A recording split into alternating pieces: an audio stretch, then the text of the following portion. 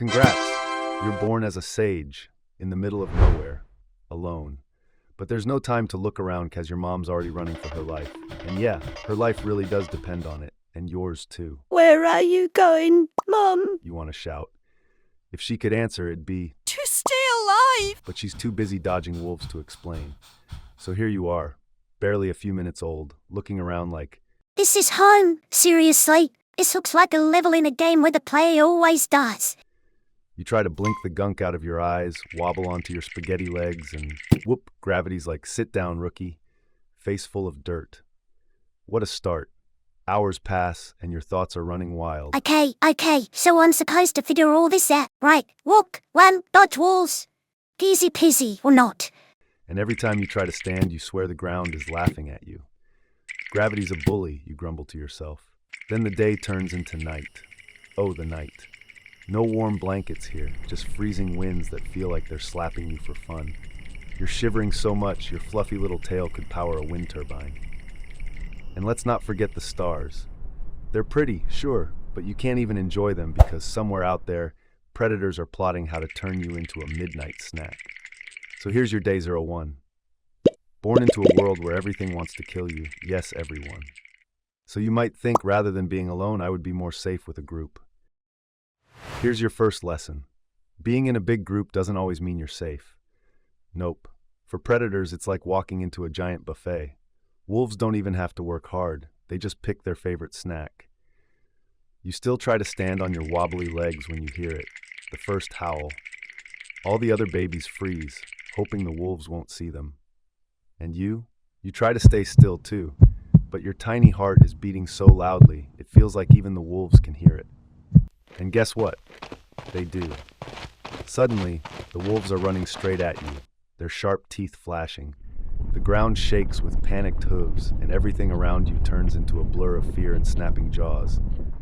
Somehow you manage to keep running. You zigzag through the herd, dodging danger at every turn. Finally, the wolves give up, and for the first time, you can catch your breath. But just when you think you're safe, you catch your reflection in a muddy puddle, and what you see makes you stop. That face. What is that thing on your nose? It's huge, lumpy, and kind of funny looking, like someone stuck a half-inflated water balloon on your face. But don't laugh. This nose is your secret weapon. It filters out the dust storms that sweep across the steppe and warms up icy air before it reaches your lungs. It's weird, sure, but it's also a lifesaver. Still, it's not exactly winning you style points. While other animals get sleek fur or cool antlers, you're stuck with this giant schnoz. And don't even think about impressing a mate with it. What's your best pickup line supposed to be? Hey, want to sniff some grass together? Yeah, real smooth. Fast forward a few weeks, and you've survived the wolves. Congrats, but don't get too comfortable. Now the skies are hunting you. Now you're on the radar of golden eagles. These flying death machines patrol the skies, scanning the steppe for slow-moving snacks like you. You spot a shadow overhead. You freeze. You see above and think, maybe it's a cloud, right? Nope, dude. It's an eagle diving straight at you, talons out.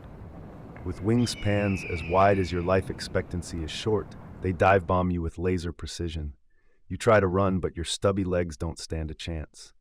Boom. Another cousin bites the dust. And when the eagles aren't hunting, the wolves are back again, and you're like, not again.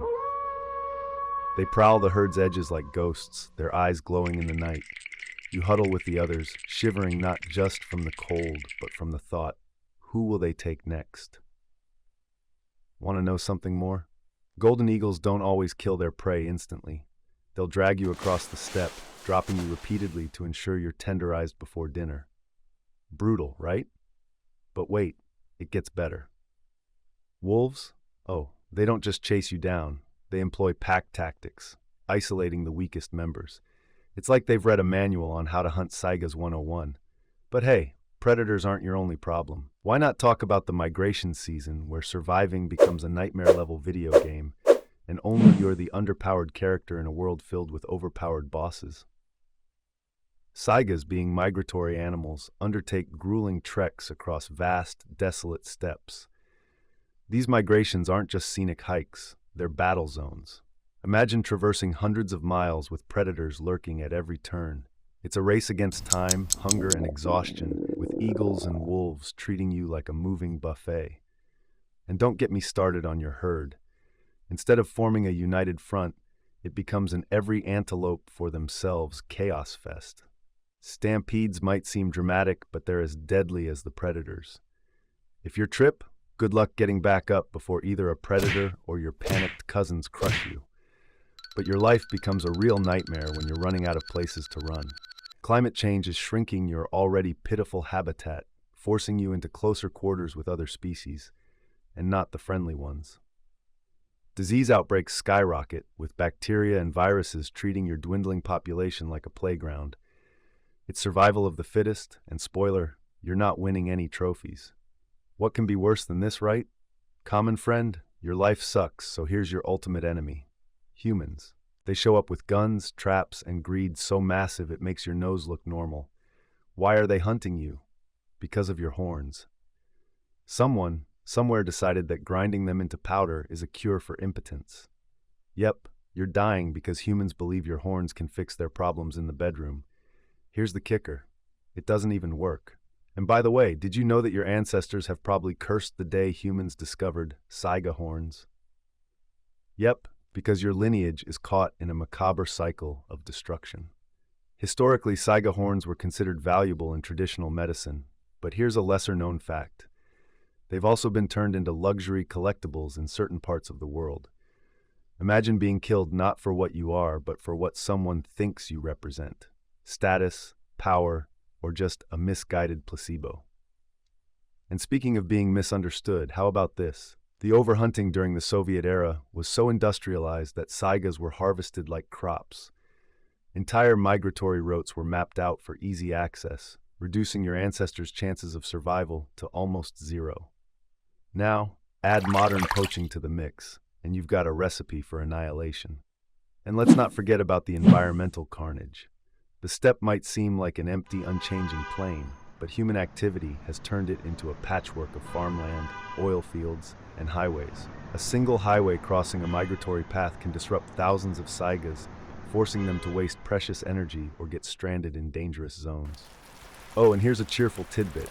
Climate change is creating more extreme weather patterns, turning your already hostile habitat into a death trap. Flash floods? Check. Droughts? Double check. Imagine surviving predators only to die of thirst because a river dried up or getting washed away by a freak storm. In 2015, disaster struck. A mysterious bacterial infection wiped out over 200,000 saigas in just 2 weeks. That's almost half your population gone overnight. Scientists think climate change played a role, messing with the bacteria in your bodies. But the truth is, no one knows for sure. And as if disease wasn't enough, humans bulldoze your habitat, turning the steppe into farmland and building highways that cut through your migration routes. You're stuck weaving through traffic, dodging semi-trucks like they're predators. Spoiler, they're worse. So here's a snapshot of your life. Wake up to either freezing cold or boiling heat. There's no in-between. Search for food. The grass is terrible, but it's all you've got. Dodge predators, wolves, eagles, poachers. Take your pick. Try not to die of thirst because water is a luxury on the steppe. Then repeat. Every single day is a fight to survive. But still you're special because you're still here. Against all odds, you've survived 250,000 years, enduring ice ages, mass extinctions, and everything nature has thrown at you. You're tough, resilient, and downright ridiculous, but you won't survive humans unless they get their act together. Conservation efforts are underway, but they're slow, and time is running out. If you vanish, the world loses more than a species. It loses a living relic, a bizarre, wonderful reminder of evolution's creativity. You've defied extinction before, but now you need help. If humans don't step up, your story ends here.